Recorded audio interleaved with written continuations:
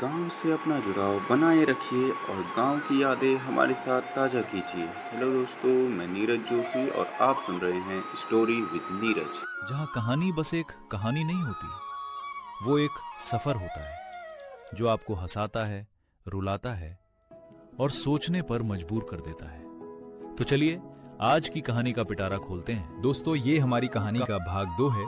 इसमें जानेंगे कैसे वो लड़का आगे बढ़ता है। आप लोगों ने ये कहावत तो सुनी ही होगी, पहाड़ का पानी और पहाड़ की जवानी कभी पहाड़ के काम नहीं आती। बस कुछ ऐसा ही उस लड़के के साथ भी हुआ। वो लड़का जो अभी अभी बड़ा हुआ था, बड़ा मतलब बस 18 साल का। अभी हाल ही में उसके 12वीं के रिजल्ट आए थे। घर में खुशी का माहौल था, माँ खुश थी, पिताजी की आंखों में उम्मीदें थीं और गांव वाले कह रहे थे अब ये लड़का कुछ बड़ा करेगा। लेकिन उस लड़के को कहां पता था कि जिंदगी अब उसे उसके सबसे कठिन सफर पर भेजने वाली है। उसे अपना गांव छोड़ना था, अपने दोस्त, अपने खेत, अपने पहाड़ और वो छोटी सी खूबसूरत दुनिया जिसमें उसने बचपन बिताया था। गांव में बिताए वो दिन उसे कब गुजर गए उसे खुद भी पता नहीं चला। और फिर एक दिन वो बस में बैठकर एक नए शहर की ओर निकल पड़ा। पहली बार वो अपने पहाड़ों से इतना दूर जा रहा था। बस की खिड़की से बाहर देखते हुए वो आखिरी बार अपने गांव को देख रहा था।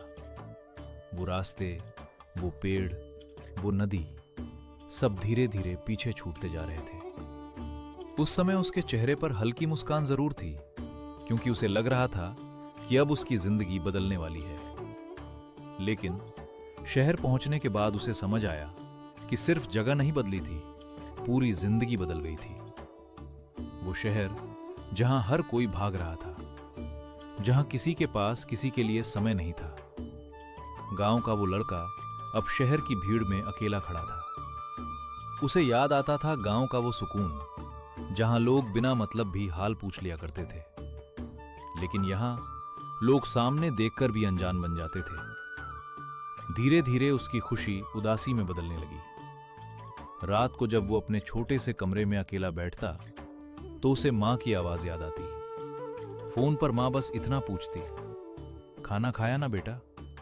और वो हमेशा हंसकर कह देता, हाँ मां, सब ठीक है। लेकिन सच तो ये था कि कुछ भी ठीक नहीं था। अब उसके सामने उसकी जिंदगी का सबसे बड़ा इम्तिहान था। उसे उन बच्चों के साथ पढ़ना था जो बड़े बड़े इंग्लिश मीडियम स्कूलों से आए थे, और इधर वो जो अभी ठीक से हिंदी भी नहीं बोल पाता था। क्लास में जब बच्चे इंग्लिश में बात करते तो वो बस चुपचाप सुनता रहता। कई बार उसे खुद पर शर्म भी आती थी। उसे लगता था शायद वो इन लोगों जैसा कभी नहीं बन पाएगा। लोग कहते हैं ना, गांव और शहर में कोई फर्क नहीं होता, लेकिन फर्क होता है, बहुत फर्क होता है। किसी के पास बचपन से सारी सुविधाएं होती हैं और कोई सिर्फ सपनों के सहारे यहां तक पहुंचता है। लेकिन उस लड़के ने हार नहीं मानी। उसने धीरे धीरे खुद को बदलना शुरू किया। जहां लोग उससे आगे थे, वहीं उसने खुद से लड़ना शुरू किया।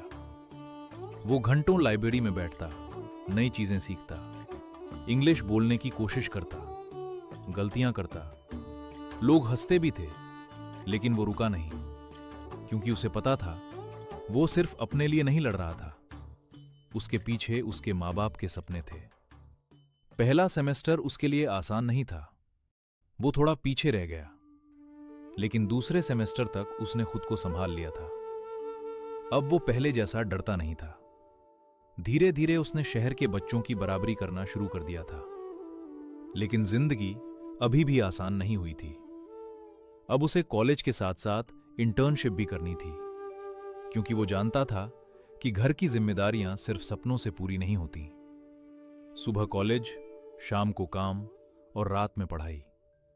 धीरे धीरे वो लड़का समय से पहले बड़ा होता जा रहा था। अब वो शहर की भीड़ में खुद को एडजस्ट तो कर रहा था, लेकिन गांव की यादें आज भी उसका पीछा नहीं छोड़ती थी। जब भी बारिश होती, उसे पहाड़ों की वो ठंडी हवा याद आती। जब भी वो अकेला होता, उसे अपने दोस्तों के साथ बिताया बचपन याद आता।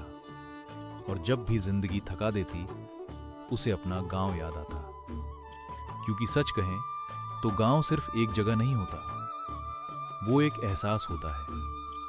और जो लोग पहाड़ छोड़कर शहर आते हैं ना, वो जिंदगी में कहीं भी चले जाएं, लेकिन उनका दिल हमेशा अपने गांव में ही रह जाता है। लेकिन उसकी कहानी अभी खत्म नहीं हुई थी। अभी तो उसे जिंदगी में बहुत कुछ देखना था, बहुत कुछ सीखना था और